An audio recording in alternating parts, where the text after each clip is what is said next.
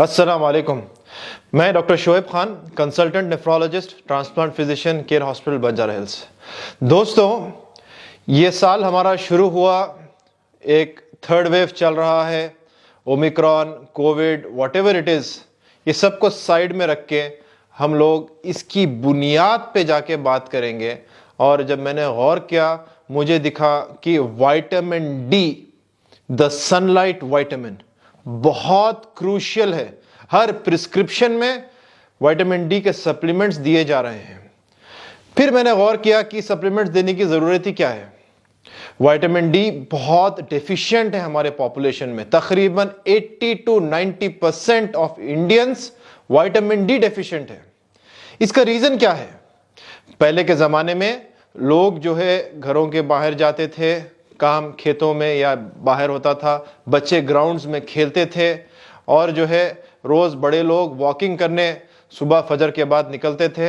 रफ्ता रफ्ता चलते ज़माने के साथ जो है लोग घरों में हुए, आउटडोर गेम्स इंडोर गेम्स में तब्दील हुए, ऑफिसेस बंद होने लगे, घर में जिसमें आंगन होता था वो फ्लैट्स में तब्दील होने लगे, और सनलाइट का एक्सपोजर बहुत कम हो गया। And over the years vitamin D पूरे पॉपुलेशन में बहुत कम डेफिशिएंट हो गए हम। इसी वजह से कई सारे प्रॉब्लम्स हो रहे हैं। विटामिन डी की डेफिशिएंसी से नंबर 1, आपकी बोन हेल्थ खराब हो जाती, कैल्शियम की कमी हो जाती, फ्रैक्चर्स आसानी से हो जाते। नंबर 2, आपकी कार्डियक हेल्थ भी इफेक्ट हो सकती। नंबर 3, आपकी किडनी का भी हेल्थ इफेक्ट हो सकती है विटामिन डी डिफिशियंसी से।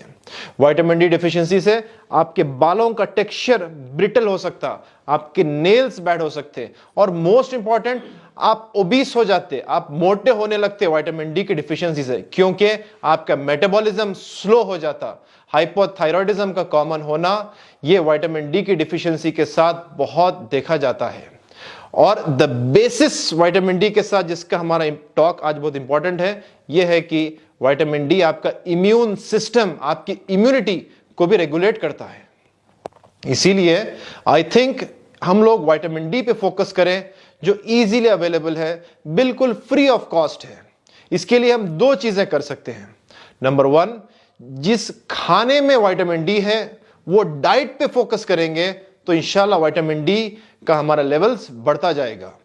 विटामिन डी मिलता है मिल्क में। मैं रिकमेंड करता हूं कि हर कोई डेली कम से कम एक 200 to 250 ml of milk, probably cow's milk को डेली कंज्यूम करें, पिए। और नंबर 2, जो खाने में है वो एग्स है। अगर यंग है, 40 इयर्स के बिलो है, तो अंडे का जो जर्दी है उसको भी साथ खा लें। और नंबर 3, फिश। हफ्ते में 1 बार तो फिश खा लेंगे, इंशाल्लाह विटामिन डी का कंटेंट हमारे बॉडी में बढ़ता जाएगा। और जो बहुत फ्री है, बहुत आसानी से अवेलेबल है, वो है कि आपकी डेली वॉकिंग। अगर आप फजर के बाद उठ के वॉकिंग करेंगे, एटलीस्ट 20-30 मिनट्स आपकी वॉकिंग हो जाएगी, आपको सनलाइट मिल जाएगी, सन बाथ हो जाएगा आपका, और आपका विटामिन डी भी बढ़ेगा, आपकी इम्यूनिटी, आपका ब्लड का सर्कुलेशन बॉडी में इंक्रीज होगा। आपको कई सारे फायदे हैं इसके साथ। मैं रिकमेंड करता हूं कि हर कोई डेली विटामिन डी को इंक्रीज करने की नेचुरली कोशिश करें, रादर दैन टेकिंग सप्लीमेंट्स। ये सप्लीमेंट्स लेने से होता क्या, हम लोग लिखते हैं हफ्ते में 1 बार गोली, 4 हफ्ते तक, 6 हफ्ते तक, 8 हफ्ते तक। पेशेंट्स बाज लेते जा रहे हैं 3-3 महीने, 4-4 महीने, 1-1 साल।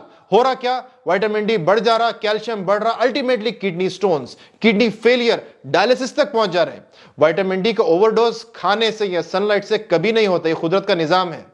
तो सप्लीमेंट्स को अवॉइड करें, नेचुरली चीज को लेने की कोशिश करें। विटामिन डी बराबर होने से आपको कई सारे फायदे होंगे, जिसमें से एक है कि आपकी बोन हेल्थ इंप्रूव होगी। चलते फिरते जरा मार लगा, फ्रैक्चर हो जा रहा, ये सब things will be of the past.